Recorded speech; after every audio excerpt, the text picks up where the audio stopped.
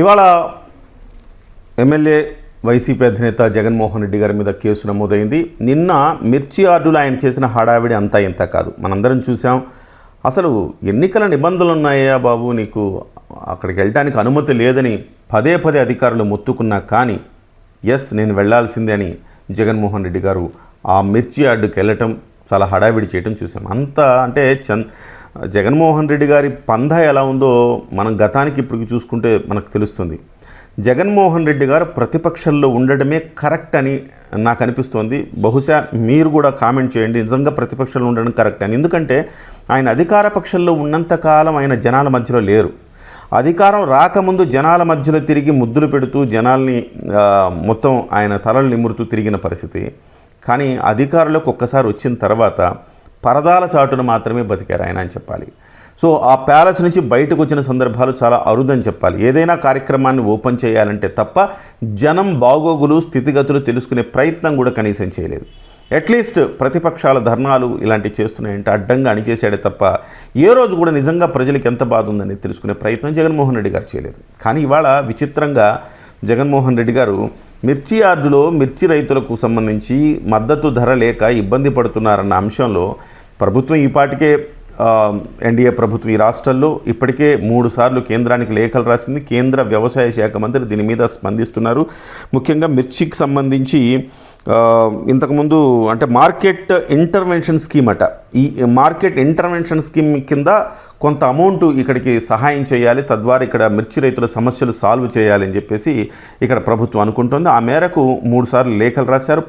అక్కడ కేంద్ర మంత్రి కూడా స్పందించారు, డెఫినెట్గా సానుకూలంగా చూస్తున్నారు. ఇవాళ ముఖ్యమంత్రి చంద్రబాబు నాయుడు గారు అలాగే ఉప ముఖ్యమంత్రి పవన్ కళ్యాణ్ గారు కూడా ఢిల్లీలో ఉన్నారు. సో వ్యవసాయ శాఖ మంత్రి గారిని కూడా కలిసి ఈ అంశాన్ని చర్చించే అవకాశం ఉంది. ఇవన్నీ కూడా జరుగుతూ ఉన్నాయి, పరిస్థితులు జరుగుతున్నాయి. గతంలో పోనీ జగన్మోహన్ రెడ్డి గారు గతంలో ఏమైనా మిర్చి రైతులకు న్యాయం చేశారంటే అది లేదు. కానీ ఆయన అధికారంలో విచిత్రమైన పరిస్థితి ఏంటంటే అధికారంలో ఉన్నప్పుడు మాత్రం చేయరు, కానీ ప్రతిపక్షంలోకి రాగానే ఎక్కడ లేని ప్రేమ పుట్టుకొస్తుంది. ఒక విచిత్రమైన పరిస్థితి అని చెప్పాలి. మొత్తం మీద మిర్చి యార్డు మీద ఒక రకంగా దాడి చేసినంత పని చేశారు. సో దానికోసం పదే పదే అధికారులు మైకులో అనౌన్స్ చేస్తూ ఉన్నారు, ఇలా చేయడం కరెక్ట్ కాదండి, ఈ ఎన్నికల నిబంధనలు ఉన్నాయి, ఎమ్మెల్సీ ఎన్నికలు జరుగుతున్నాయి అంటే సహజంగా చాలామంది వాళ్ళు వాదించే తీరు ఎట్లా ఉందంటే ఎమ్మెల్సీ ఎన్నికలు జరుగుతున్నాయి కానీ ఎమ్మెల్సీ ఎన్నికల్లో మేము పోటీ చేయట్లేదు కదా, అటువంటప్పుడు ఎన్నికల నిబంధనలు ఎక్కడ ఉల్లంఘించామని చెప్తున్నారు. అంటే మీరు ఏం చేస్తున్నారు, ప్రభుత్వం కరెక్ట్గా చేయట్లేదు, ప్రభుత్వం తప్పు చేస్తోందని చెప్పేసి మీరు ప్రభుత్వాన్ని ఎత్తి చూపుతూ ఉన్నారు. అంటే ఇది ఖచ్చితంగా కొంతమందిని ప్రభావితం చేస్తుంది కదా. అంటే మీరు పోటీ చేయకపోవచ్చు కానీ తెలుగుదేశం పార్టీ అంటే ఉమ్మడిగా అభ్యర్థి ఎన్డీఏ అభ్యర్థితో పాటు దానికి సంబంధించి అవతల కూడా వేరే పార్టీ వీళ్ళు మరికొంతమంది పోటీ చేస్తున్నారు, వాళ్ళకి లబ్ధి చేకూరే అవకాశం ఉంది కదా. వైసీపీ పోటీ చేయకపోయినా ఇతరులకు నాన్ ఎన్డీఏ పర్సన్స్ ఎవరైతే పోటీ చేస్తున్నారో వాళ్ళకి లబ్ధి చేకూరే అవకాశం ఉంది కదా. అంటే వ్యతిరేక ఓటు పెరిగే అవకాశం ఉంది కదా.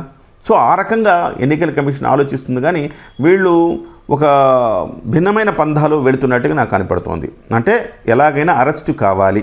సో మొత్తం మీద 9 మంది మీద కేసులు నమోదైంది. జగన్మోహన్ రెడ్డి గారి మీద కేసు నమోదైంది.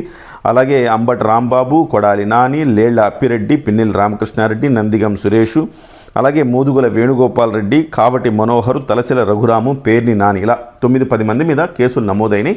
అయితే వీళ్ళందరి మీద కేసులు నమోదైనాయి కానీ వీళ్ళందరిని అరెస్ట్ చేస్తారా అంటే కొంచెం కష్టమే అని చెప్పాలి. ఎందుకంటే జగన్మోహన్ రెడ్డి గారు నన్ను అరెస్ట్ చేయండి అని తహతహలాడుతున్నాడు. అంటే పార్టీ చాలా వెనకబడిపోయింది. పార్టీ నుంచి చాలామంది వెళ్ళిపోతూ ఉన్నారు. పార్టీకి ఇవాళ మరి పార్టీ బతికించుకోవటం అనేది చాలా కష్టంగా ఉంది. ఒకవైపు చెల్లి పోటు పొడుస్తూ ఉంది, ఇటువైపు ఏమో ప్రభుత్వం బ్రహ్మాండంగా పరిపాలిస్తోంది. గతంలో ఎప్పుడూ లేనంతగా ఈ ప్రభుత్వంలో నిధులు వస్తూ ఉన్నాయి. రాష్ట్రానికి కేంద్రం నుంచి నిధులు వరదలా పారుతున్నాయని చెప్పాలి. నిజం చెప్పాలంటే 3 లక్షల కోట్ల రూపాయల సాయం ఇప్పటివరకు చేసింది. అలాగే 6-7 లక్షల కోట్ల రూపాయల పెట్టుబడులు ఈ రాష్ట్రానికి వచ్చినాయి, అంటే బయట నుంచి. సో దాదాపు 10 లక్షల రూపాయలు మేలు జరిగే కార్యక్రమం ఈ గత 7 నెలలుగా జరుగుతోంది. సో ఏది ఒక్క రోజులో ఇలా అంటే మారిపోవటానికి, మీరు చేసిన అరాచకాలన్నీ ఒక్కసారిగా మారిపోవటానికి అవకాశం లేదు కదా. ఖచ్చితంగా సంపద సృష్టించాలి, రాష్ట్రాన్ని బాగు చేసుకోవాలి, తలసరి ఆదాయం పెంచుకోవాలి. ఆ క్రమంలో ఇటువైపు అనుభవజ్ఞుడైన చంద్రబాబు నాయుడు గారు, అలాగే భవిష్యత్తు ముఖ్యమంత్రి, రాష్ట్రానికి కాబోయే ముఖ్యమంత్రి పవన్ కళ్యాణ్ గారు, ఇలాగా వీళ్ళిద్దరు కూడా సమన్వయంతో ముందుకు కొనసాగుతూ ఉన్నారు. సో ఈ నేపథ్యంలో డెఫినెట్గా ప్రభుత్వానికి కొంత సమయం ఇవ్వాల్సిన అవసరం కూడా ఉంది. కానీ అట్లా కాకుండా ఈ రోజుకి ఈరోజు అన్నీ జరిగిపోవాలంటే ఖచ్చితంగా జరగవు. కానీ ఒకటైతే స్పష్టంగా మనకు అర్థమవుతా ఉంది, పవన్ కళ్యాణ్ గారు అలాగే చంద్రబాబు నాయుడు గారు ఈ ప్రభుత్వాన్ని ముందుకు తీసుకెళ్లటం జగన్మోహన్ రెడ్డికి సుతరాము ఇష్టం లేదు.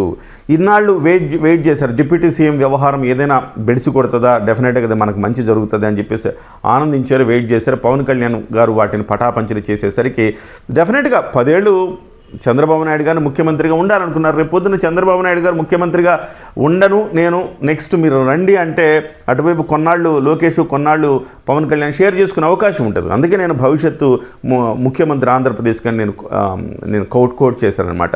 సో నేనేం చెప్పదలుచుకున్నానంటే, జగన్మోహన్ రెడ్డి గారు రోగి కోరుకున్నది పాలే, డాక్టర్ ఇచ్చింది పాలే అన్నట్టుగా బహుశా జగన్మోహన్ రెడ్డి గారు తను జైలుకి వెళ్ళటానికే, అరెస్ట్ అవ్వటానికి మొగ్గు చూపుతున్నట్టు కనపడుతుంది. మరి డాక్టర్ ప్లేస్లో ఉన్న ప్రభుత్వం అరెస్ట్ చేస్తుందా, జగన్మోహన్ రెడ్డిని ఆకాంక్షను నెరవేరుస్తుందా, లేకపోతే దీన్ని లైట్ తీసుకుంటుందా అనేది మనం చూడాలి. మొత్తం మీద అయితే ఎలక్షన్ కమిషన్ అయితే కేసు నమోదు చేసింది.